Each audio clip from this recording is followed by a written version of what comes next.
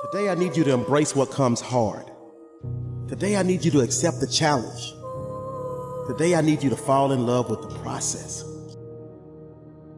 There will be plenty of opportunities to get discouraged, to lose your passion and think that it's not meant to be. But if you're going to reach your destiny, you have to have a made-up mind. If you give up after the first time, or the 5th time, or the 30th time, what that really means is you didn't want it bad enough. There should be something you're believing for, that you are relentless. You are not moved by how impossible it looks.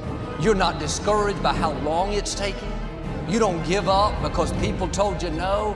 Your attitude is, if I have to believe my whole life, I'm not going to stop believing. I'm not going to take no for an answer. I'm not going to settle for mediocrity.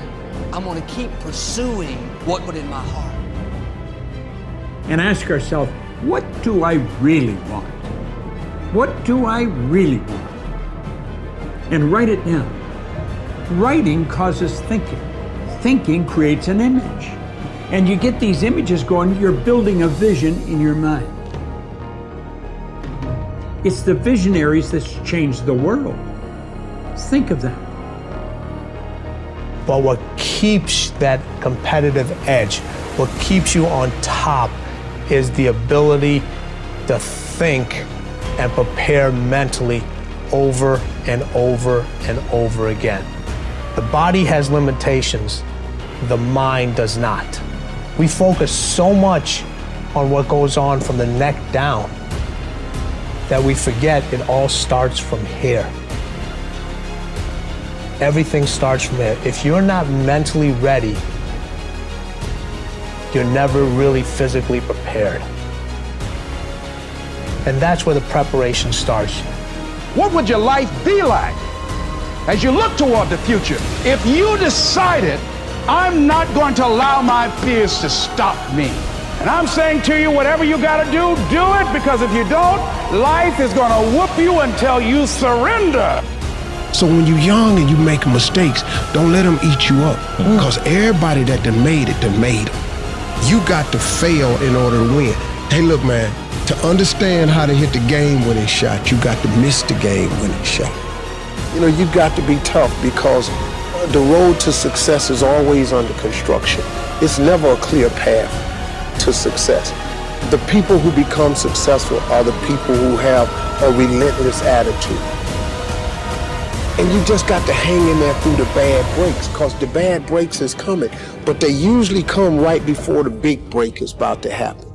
You get a series of bad breaks and it stumbles up a lot of people. My life and my success is to say to anyone, you can stumble, you can fall, you can get back up again.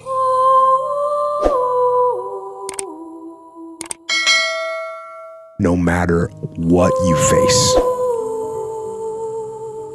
no matter how bad it is going to be, when there is a challenge, and by a challenge I mean anything in life, any challenge, anything that you're facing, the only way to overcome the challenges that you face is to start walking. Take that step every day, no matter what you are facing. Get up and start walking. I have the ability to see the end before the beginning even begins. And what that means is I know that to get to the very end, I can see it right now. So before I went to Buds, and I was losing all this weight, I saw myself walking across the stage at 191 pounds, because that's what I had to get to get into the door. I saw myself 6 months, a year later, whatever it's going to take me to do it, I saw myself walking across that stage, getting that certificate of graduation from Buds. And I was able to be there at 300 pounds. And that feeling, that I was nowhere near that feeling, I was able to put myself there 1,000,000 times every day. And that feeling of like, my God, that is going to feel amazing. That's what made me suffer. That's what allowed the pain to be real and say, this is worth it. I want to feel for this next 18 months. It took me 18 months to finally become a Navy SEAL, to finally, just get through buds. 18 months, it's 6 months. It took me 18. That's what woke me up every morning, was I'm gonna put myself through this much pain and suffering for a few seconds. That's all it is. A few seconds of joy. It's so worth it, man. I said, people don't get it. So I'm able to put myself at the finish line, even though I have no finish line, but at the finish line of an event, before I even start the I say, how are you going to feel at the end of this? Visualizing is my biggest tool of life. That's why I've been able to put myself in cold water, put myself in a 100-mile race millions of times before I've done it. And I'm able to go through the race and see how I'm going to feel about it. Almost to the exact feeling. Right, so when it comes up, it's no surprise. It's no surprise. I've already done this a million times. The last time I was here, the little book, Richest Man in Babylon, and I said, I've lectured now to over 3 million people. Guess how many have actually gone and got this little book? Answer, very few. My best guess is 10%. Such an easy thing to do. This little book, number one, is easy to find. Number two, it's easy to buy. The most you can pay for it, $6, $7, $8. You can borrow that from your kids. But if it's easy to find and easy to buy, and if it's easy to read, why wouldn't everybody go get it? We don't know. I don't know. Nobody knows. Here's how profound it is. Some do and some don't. Now here's the numbers. About 10% do. We don't know the mystery of that. And I'm telling you, 10 years from now, those numbers will still be the same. The numbers don't change. Only the faces change. I used to belong to the 90% who couldn't be bothered even if it was easy. How many people have a library card? Answer, 3%. 97% couldn't be bothered. Guy specializes in happy hour, but he doesn't have a card. And now readily and quickly blames the government, blames his company, blames the pay scale. Here's my advice to you today. Walk away from the 97. Don't talk like they talk. Don't go where they go. Don't act like they act. Don't specialize in what they specialize in. Throw away the blame list they cling to. You got to be consciously conscious today, because your environment can hypnotize, mesmerize, and paralyze you. The other thing is, take full responsibility for your life. Oscar Wilde once said, responsibility is what we expect from somebody else. This is very true. Most people dread accepting responsibility. That's just a fact of life, and we can see it in operation every day. We can see ourselves getting hot under the collar when the dentist keeps us waiting, and we're sitting there reading old magazines when our appointment was 30 minutes ago. And we don't stop to think that we forgot to mail in this month's mortgage payment. We can see ourselves growing angrier and angrier because a business contact is supposed to call at noon, and here it is almost 2 o'clock, and the phone still refuses to ring. But we don't stop to think about the calls we ourselves have forgotten to return while we've been so busy fuming. We can see ourselves writing an angry letter to the airline because a flight was delayed, but we don't write an angry letter to ourselves when we're late for something, even though that might not be a bad idea at all. Yes, we can see avoidance of responsibility all the time in both our personal and professional lives. And here's something else we can see just as often. We can see that most people aren't as successful as they wish they were. Do you see there's a connection between these two very common phenomena? I certainly do, and by the end of this session, I hope you'll agree with me. I hope you'll understand that it's in your best interests to take responsibility for everything you do. But that's only the beginning. I'm also going to suggest that many times it's even best to accept responsibility for the mistakes of others, especially when you're in a managerial or leadership role. I can hear you saying, what? Accept responsibility for someone else's mess-ups? Why would I want to do something like that? Well, that's a fair enough question, and over the next few minutes, I'll try to answer it. one of my weak points in my personal life is I don't like technical stuff. So even though I have to be on Twitter and Instagram and Facebook, I don't care for that. So guess what? I find somebody who loves to do that. You know, I find somebody who has a strength where I will have a weakness, and I partner with them. All you're trying to do is get to the goal. No one gets there by themselves. Everybody needs help.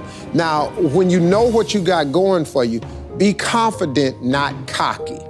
Managing your strengths, knowing what they are, and don't let nobody talk you out of it. And that gets you fight ready. You get fight ready like that. You got to know you. Helps you develop your skills. All the while, you're developing your strength. You just got to keep developing the strength. Don't let anybody talk you up. At the same time, you must work on improving your weaknesses. So I've had to, in spite of myself, get on Instagram, get on Twitter, get on Facebook. I got to do the videos whether I want to or not because the world is moving to social media. If I had as many followers as Kim Kardashian, I probably wouldn't even have to do this TV show. During the years when professional basketball was just beginning to become really popular, Bill Russell, who played center for the Boston Celtics, was one of the greatest players in the pro league. He was especially known for his rebounding and his defensive skills. But like a lot of very tall centers, Russell was never much of a free throw shooter. His free throw percentage was quite a bit below average, in fact. But this low percentage didn't really give a clear picture of Russell's ability as an athlete. And in one game, he gave a very convincing demonstration of this. It was the final game of a championship series between Boston and the Los Angeles Lakers. With about 12 seconds left to play, the Lakers were behind by 1 point, and Boston had the ball.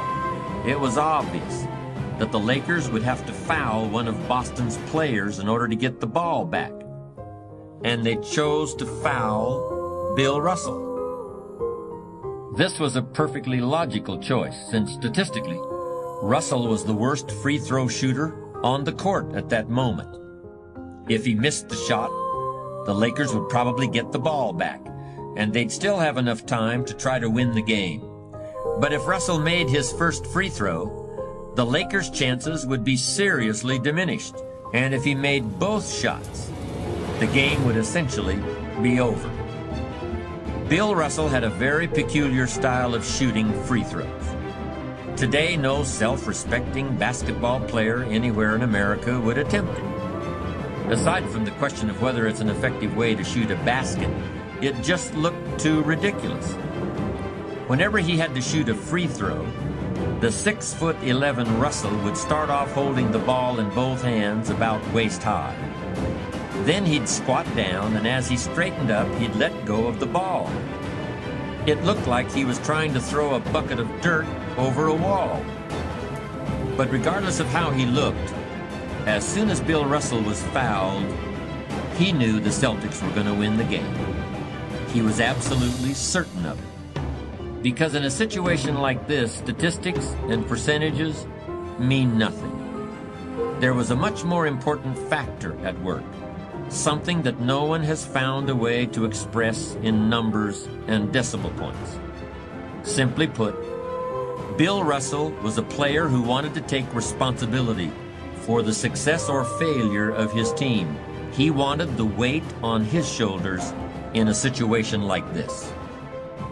No possibility for excuses, no possibility of blaming anyone else if the game was lost, no second guessing. Bill Russell wanted the ball in his own hands and nobody else's. And like magic, even if he'd missed every free throw he'd ever shot in his life before this, he knew he was going to make this one. And that is exactly what happened.